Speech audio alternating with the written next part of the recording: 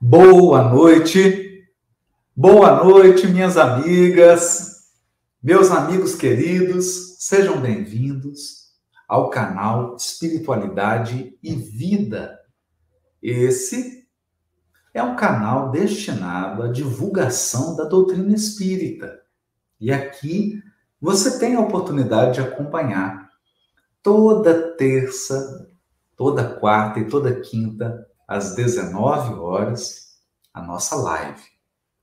Nosso encontro de estudos. Na terça-feira nós estudamos Cartas de Paulo, na quarta-feira o Evangelho de João e na quinta-feira o livro Nosso Lar. Na verdade, estamos estudando a série André Luiz. Assim que terminarmos o livro Nosso Lar, nós vamos dar sequência ao estudo do livro Mensageiros. Mas além disso, deixa eu só tirar o eco dessa sala aqui, peraí. Pronto. Além disso, todas as manhãs você encontra aqui no canal Espiritualidade e Vida orações para que você possa começar o seu dia harmonizado, sintonizado com a espiritualidade. E encontra a live do nosso amigo Saulo Silva, do Evangelho por Emmanuel. Todos os dias a live é postada aqui também. E mais de 800 horas de palestras estão aqui nesse canal. Aproveita para explorar o canal, conhecer as playlists, dê aí o seu like, se inscreva no canal e nos ajude a divulgar. O objetivo desse canal é se tornar um grande veículo de divulgação da doutrina espírita. E para isso a gente precisa da sua ajuda, precisa do seu engajamento.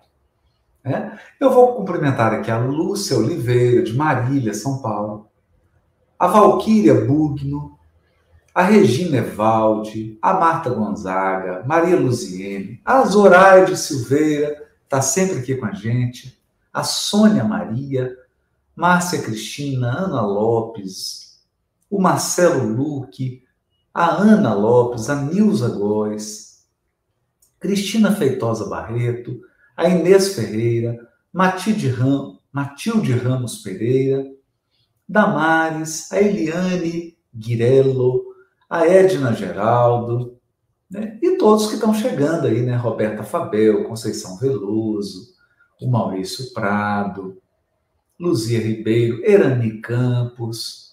Sejam todos bem-vindos, muito bem-vindos ao nosso estudo. Bom, nós encerramos o capítulo 45. Encerramos o capítulo 45. O enfermeiro Lísias recebeu ali a sua noiva, mais as irmãs dela, e assim se encerra o capítulo 45. Agora nós vamos iniciar o capítulo 46 do livro Nosso Lar. Nós estamos chegando no finalzinho. Daqui a pouco, terminamos aí o nosso estudo do livro Nosso Lar e começamos o estudo do livro Mensageiros. Está terminando, né? Então, abra o seu livro Nosso Lar, capítulo 46, intitulado Sacrifício de Mulher. Então, vamos ler o primeiro parágrafo desse capítulo.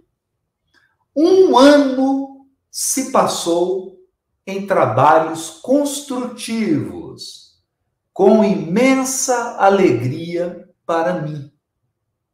Aprendera a ser útil, encontrara o prazer do serviço, experimentando crescente júbilo e confiança.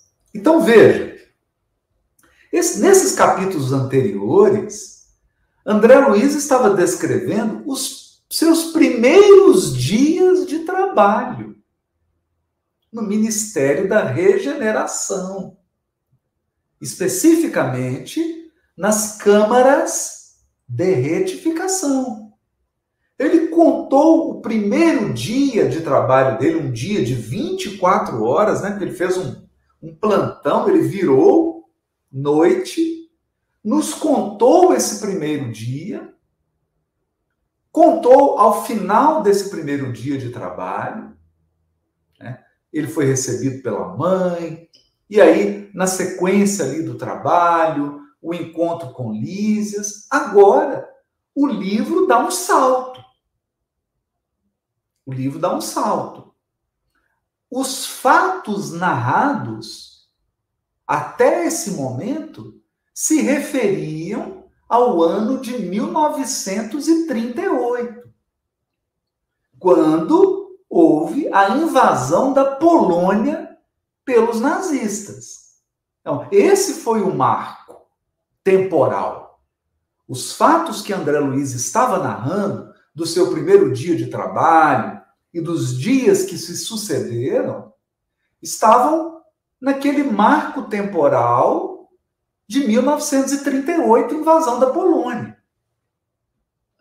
Agora, ele vai dar um salto, né? Então, um ano se passou.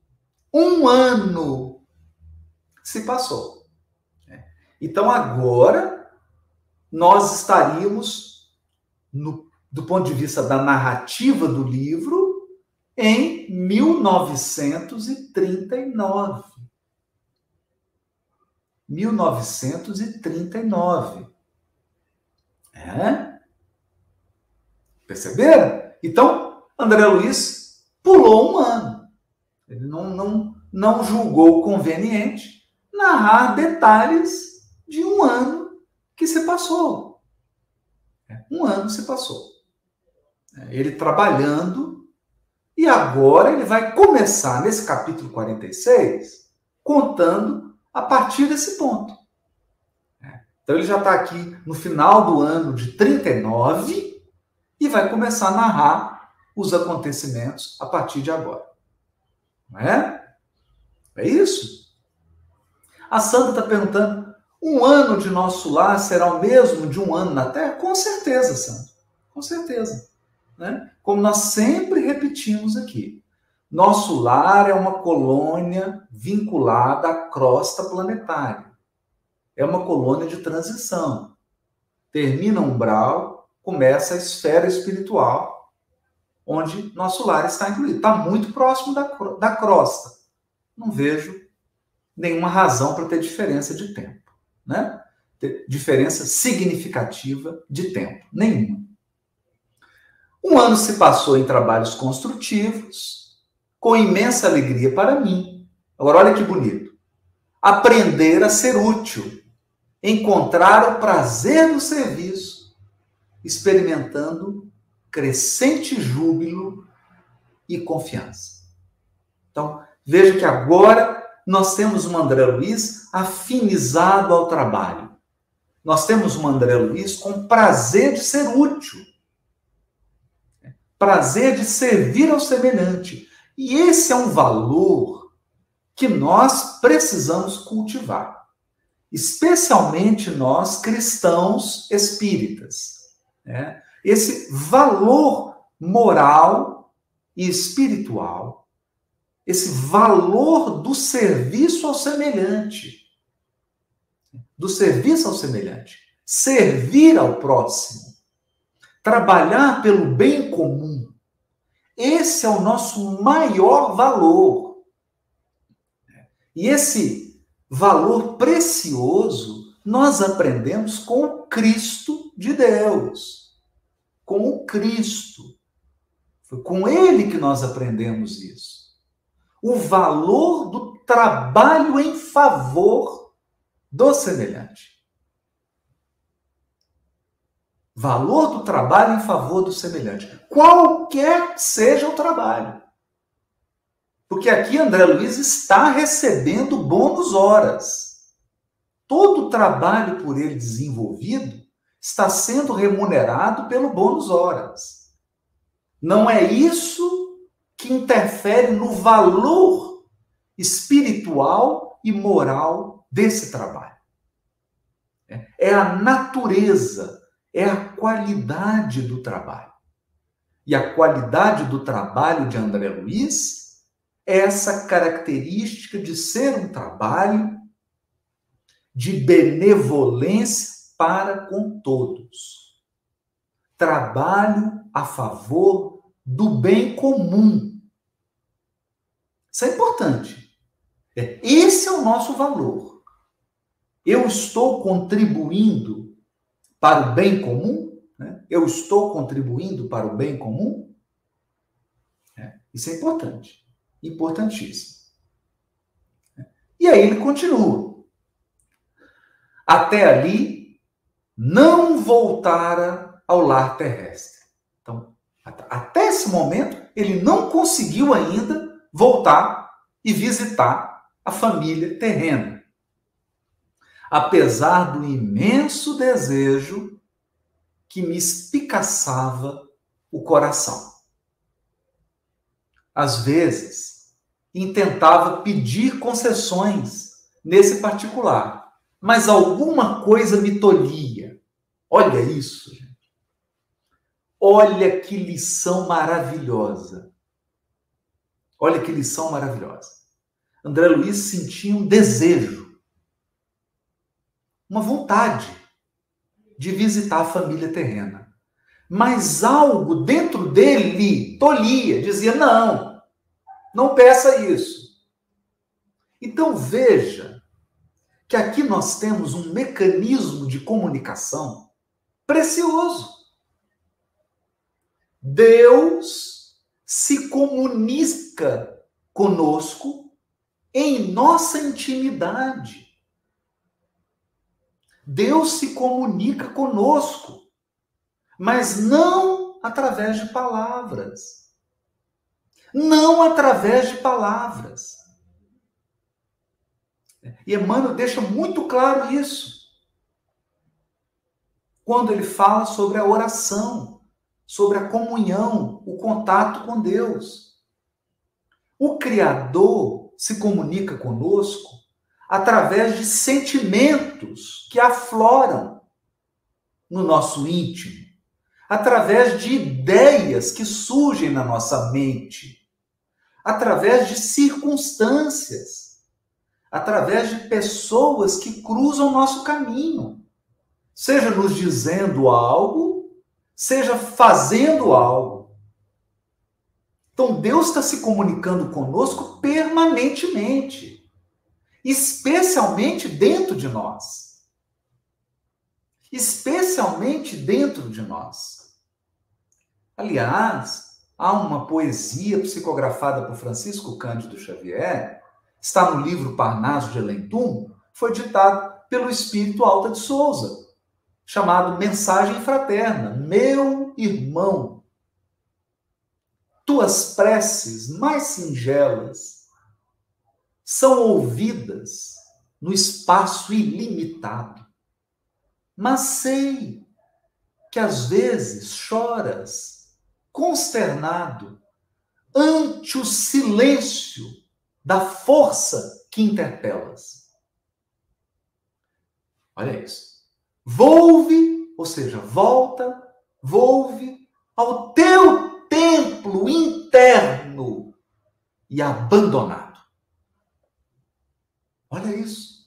Volve, volta ao teu templo interno e abandonado, a mais alta de todas as capelas, e as respostas mais lúcidas e belas hão de trazer-te alegre e deslumbrado.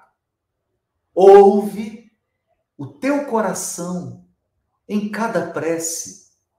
Deus responde em ti mesmo e te esclarece com a força eterna da consolação. Compreenderás, então, a dor que te domina sob a linguagem pura e peregrina da voz de Deus em luz de redenção. Então, muitas vezes, nós nos esquecemos, nos alienamos dessa capela interior. É o que Paulo nos diz.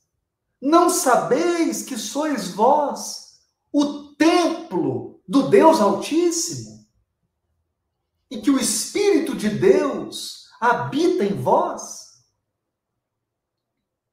não há nenhum problema com os templos exteriores. Não há, pelo contrário. É maravilhoso a frequência aos templos, a casa espírita, o trabalho em comunidade, o encontro com os nossos irmãos de ideal. Isso é extraordinário. Mas nós não podemos deixar de visitar o nosso templo interior. Nosso templo interior, que muitas vezes se torna uma capela abandonada, um templo abandonado. Porque a gente fica querendo ouvir Deus em todos os lugares, menos dentro de nós. Dentro de nós. Deus fala com você, sobre você, a respeito do que só você pode saber. Esse é o ponto. Então, o Criador te comunica qual é a vontade dele a teu respeito.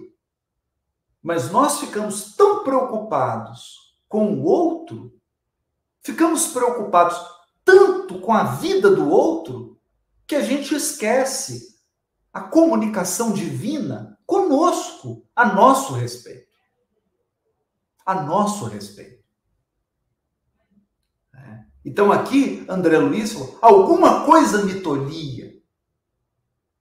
Era a comunicação divina com ele. Dizendo, meu filho, não está na hora. Não vá. Não peça isso. No momento, não é oportuno. Aguarda. Espera. Não se precipite. E ele obedeceu. Isso é que é bonito. André Luiz estava aprendendo a obedecer. Porque também não basta ouvir a voz de Deus no nosso templo interior. Eu preciso aprender a acatar, a obedecer. Como está lá no Evangelho segundo o Espiritismo. A obediência é o consentimento da razão. A resignação é o consentimento do coração. Então, eu escuto a orientação divina dentro de mim e eu acolho com o meu coração e com a minha razão. Quando eu acolho com o meu coração, se chama resignação. Quando eu acolho com a minha razão, se chama obediência. Então não é uma obediência cega, não é uma obediência irracional. Nós aprendemos com Allan Kardec a fé raciocinada. Fé raciocinada. Fé raciocinada significa usa a sua razão. Usa a sua razão. Usa a sua razão, inclusive, para compreender o que Deus está falando com você, dentro de você. Dentro de você. Esse é o ponto, gente. Esse é o ponto. Então ele começa a se questionar. Não receber auxílio adequado? Recebeu. Não contava ali com o carinho e apreço de todos os companheiros? Sim. Reconhecia, portanto, que se houvesse proveito, de há muito teria sido encaminhado ao velho ambiente doméstico. Então, o que o André Luiz está reconhecendo aqui? Deus não age por capricho. Deus não diz não por capricho. Deus não toma decisões por capricho. Por quê? Porque ele é soberanamente justo e bom. Deus é soberanamente bom. Deus não brinca com o sentimento de ninguém. De ninguém. Deus não brinca com o nosso coração. Quando ele diz não, há razões soberanas para ele dizer. E quando ele diz sim, há razões soberanas para ele dizer o sim. Não há capricho. Agora veja, nós não estamos dizendo que a vontade de Deus é sempre agradável. Agradável é outra coisa. Agradável está ligado ao prazer. Nem sempre o que é melhor para nós será o mais agradável. Nem sempre. Que a gente tem a impressão de que Deus vai sempre proporcionar prazer. Não. Não. Deus vai sempre proporcionar o melhor. Não necessariamente o mais prazeroso. Não necessariamente o mais agradável. Esse é o ponto. Esse é o ponto. Então aqui André Luiz entendeu isso. Ele entendeu.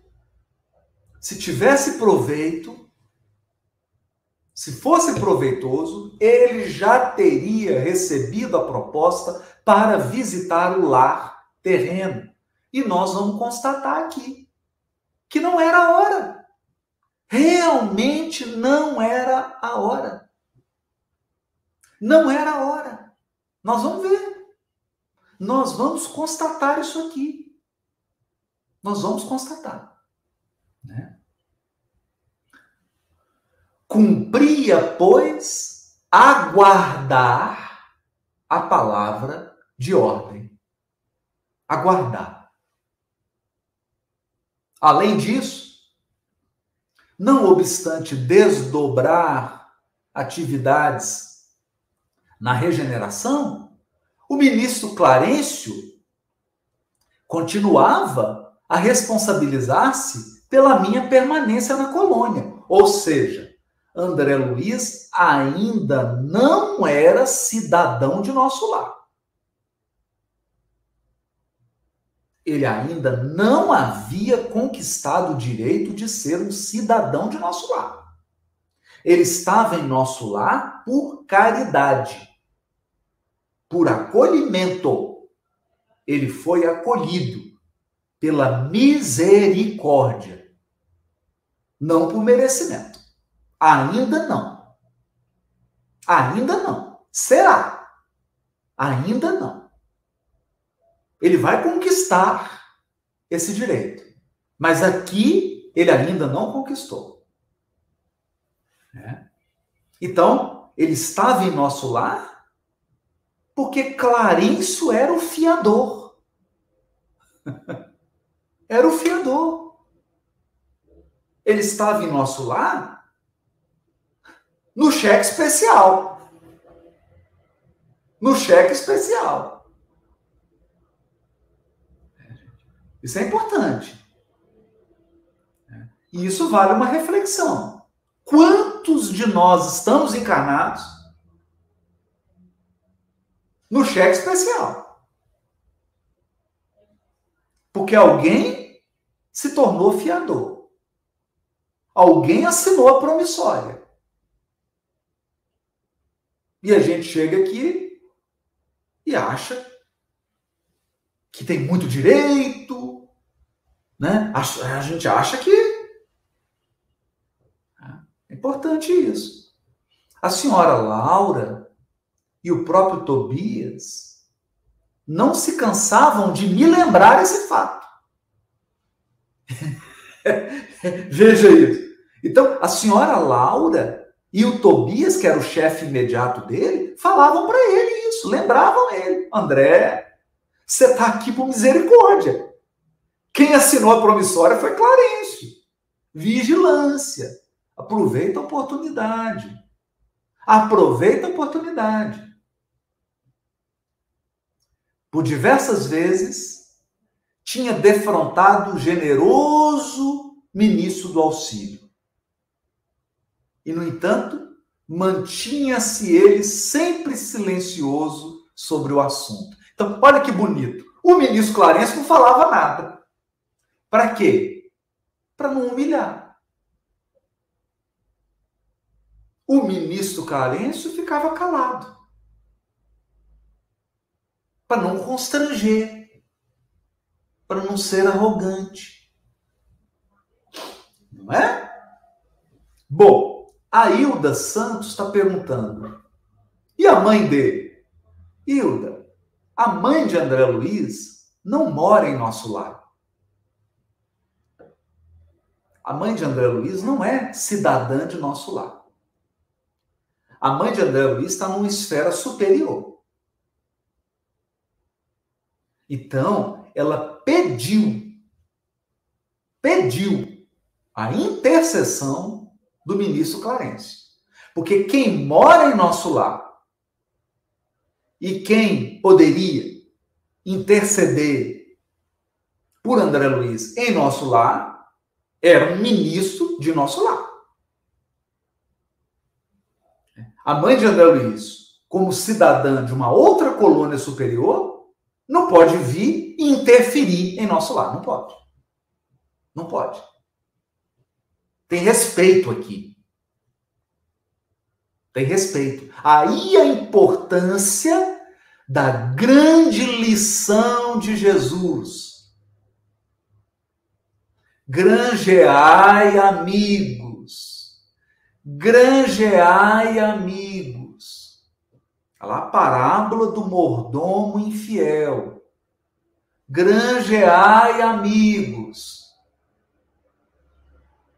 E como que a gente amplia nossas amizades espirituais? Fazendo o bem. Você está ajudando uma pessoa aqui, não sabe você, mas essa pessoa é o amor, é uma alma querida de algum espírito superior. E quando você ajuda essa pessoa, você está conquistando o coração e a gratidão de alguém lá em cima. Por isso que a gente não deve menosprezar ninguém. A gente não deve menosprezar ninguém, gente. Pelo contrário, servir sempre. Nunca perder a oportunidade de auxiliar. Nunca perder. Né? Então, aliás, Clarencio nunca modificava a atitude reservada no desempenho das obrigações concernentes à sua autoridade. Olha que bonito isso. Isso é o verdadeiro líder. Clarencio não fica falando dele. Clarencio não fica falando da autoridade dele. Clarencio não fica aplaudindo a si mesmo. Discreto. Reservado. Reservado. É uma autoridade, é um espírito extraordinário, ministro de nosso lar,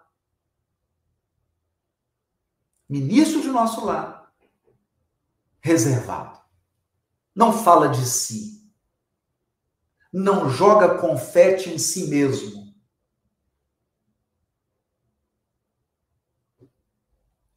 Apenas pelo Natal, quando me encontrava nos festejos da elevação, tocara levemente no assunto, adivinhando-me as saudades da esposa e dos filhinhos. Comentara as alegrias da noite e asseverara não andar longe o dia em que me acompanharia ao ninho familiar. Olha que sutileza, gente. Então, numa noite de Natal, numa festividade no Ministério da Elevação, agora vocês imaginam que festa maravilhosa de Natal é essa? Eles estavam lá no Ministério da Elevação, que é onde estão os espíritos mais superiores da colônia.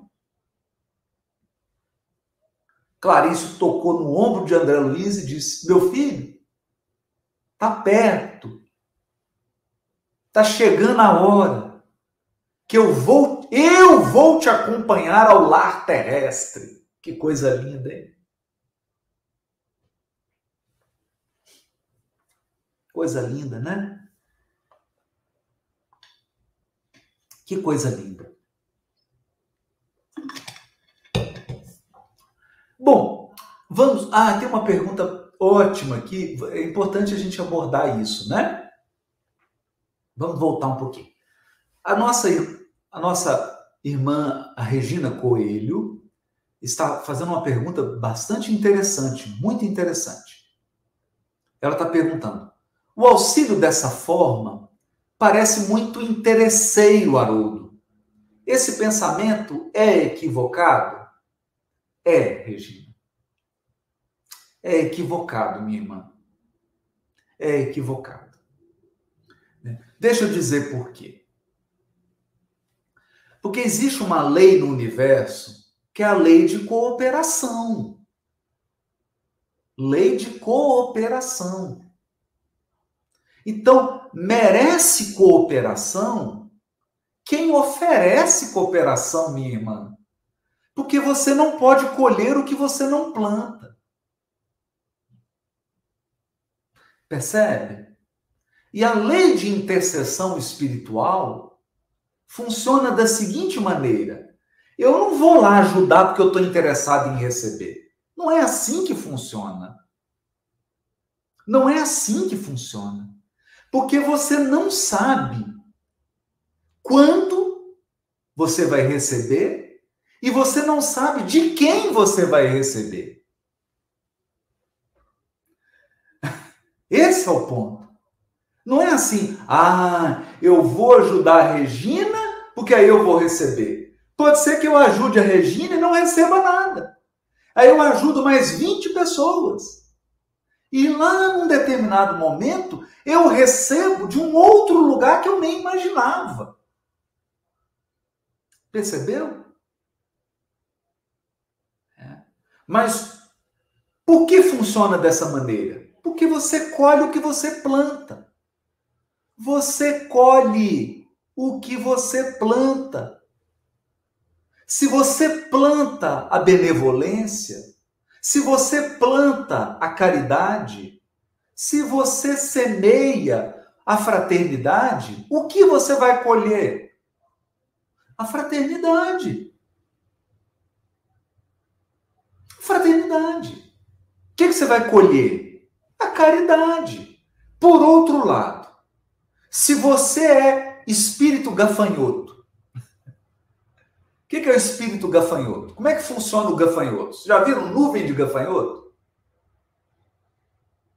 A nuvem de gafanhoto, ela passa na plantação, onde ela passa, ela destrói tudo.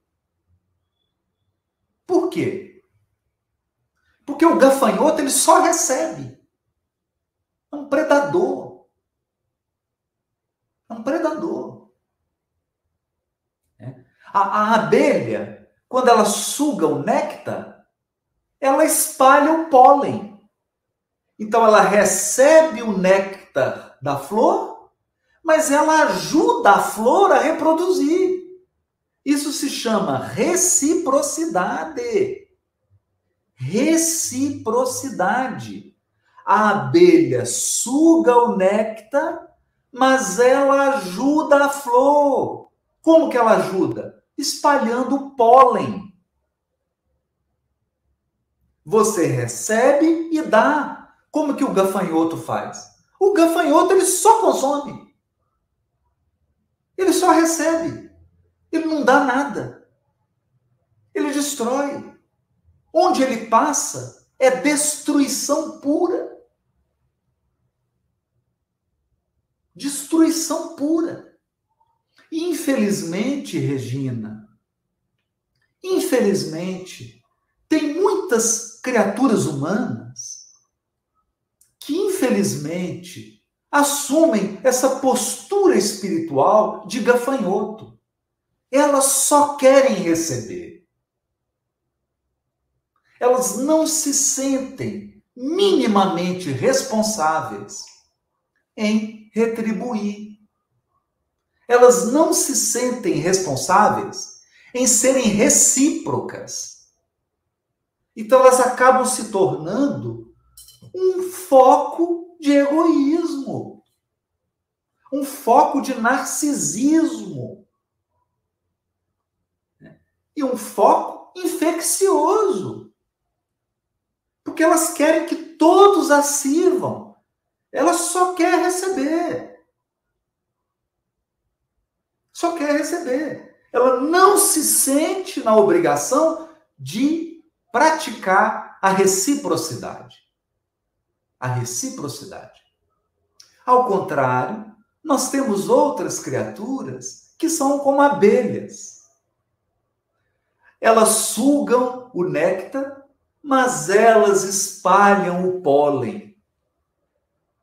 Elas espalham o pólen. Elas contribuem. Elas exercem a reciprocidade. Né? Então, esse é o grande aspecto. Esse é o grande aspecto, né? Que nós precisamos compreender. Existe uma lei de cooperação no universo. Nós precisamos aprender a reciprocidade. Reciprocidade. Eu recebo, mas eu me pergunto, o que eu posso doar? Como eu posso retribuir? Né? Não necessariamente para a pessoa que me deu. Perceberam? Nem sempre você vai ter a oportunidade de retribuir para a pessoa que te doou. Você pode receber de uma pessoa e doar para outra. Você pode exercer a reciprocidade espalhando o bem. Aí a gente forma uma corrente do bem. Eu recebo com uma mão e dou com a outra. Eu recebo com uma mão e dou com a outra.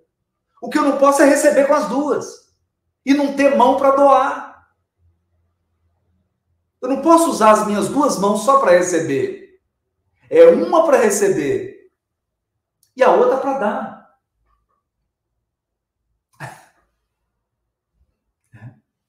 Percebe? É isso? Uma para receber e a outra para dar. Uma para receber, outra para dar. É isso. Aí eu formo uma corrente. Aí eu formo um elo. Com uma mão eu recebo, com a outra eu ajudo. Aí eu estou no fluxo da vida, no fluxo da bondade. Agora, se eu uso as minhas duas mãos só para receber, poxa, eu me torno um foco de narcisismo, de egoísmo, de orgulho. Só recebo, só quero para mim. Não me sinto minimamente obrigado a retribuir. Não para a pessoa, retribuir. Retribuir. Né? Aqui, André Luiz está recebendo de Clarencio. O que ele vai dar para Clarencio? Você acha que ele vai dar alguma coisa para o Clarencio? Claro que não. Você acha que o Clarencio precisa de receber alguma coisa do André Luiz? Um espírito tão superior quanto o Clarencio? Claro que não. O que o Clarencio queria era que o André Luiz recebesse dele e retribuísse para os outros. Para formar uma corrente do bem. Né? Não é você devolver para quem você deu. Aí vira comércio. Não é isso. É reciprocidade. Reciprocidade. Porque a vida dá voltas. Hoje você está doando. Amanhã você pode estar recebendo. E esse é um ponto que nós precisamos entender. Caridade não é só quando você está fazendo, não, hein? Porque toda vez que se fala caridade, a gente sempre se imagina na posição de quem está dando algo. Mas não se esqueça. Muitas vezes você está na posição do beneficiado. E quando você está na posição de quem está recebendo, aí você entende o valor da caridade. Aí você entende. Aí você entende. Então, foi essa proposta que Jesus fez para o doutor da lei quando contou a parábola do filho do bom samaritano. Parábola do bom samaritano. Porque Jesus praticamente pediu para o doutor da lei: se você fosse o homem caído, se você fosse o necessitado, se fosse você que estivesse precisando, quem seria o teu próximo? Quem você acha que seria o teu próximo? E ele falou: aquele que ajudou. Meu próximo seria quem me ajudasse. Então, quando você é o necessitado, a sua visão de caridade muda. Porque é quando você está praticando a caridade numa multidão de necessitados, você não tem a noção total da caridade. Mas quando você é o necessitado, aí você entende. Aí você entende a força da caridade. A força da caridade. E isso dá humildade para a gente. Bom, André Luiz diz: agradeci comovidamente, esperando cheio de bom ânimo.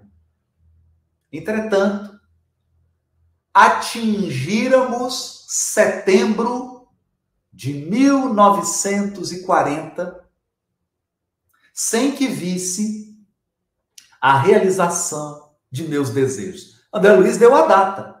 Já se passaram 2 anos, desde o primeiro dia do serviço. O primeiro dia de serviço de André Luiz foi em 1938, quando os nazistas invadiram a Polônia. Agora, André Luiz já está em setembro de 1940. Esse é o ponto que nós chegamos. Eu vou parar por aqui, desejando uma boa noite para todos. Vou terminar um pouquinho mais cedo, porque hoje eu cheguei correndo, né? Deu tempo nem de me trocar. Semana que vem a gente continua. Um excelente final de semana para todos, uma noite maravilhosa para todos. Na próxima quinta, né? Próxima semana, a gente continua aqui, dessa data, 1940. Setembro de 1940. Um abraço para todos, gente. Fiquem com Deus.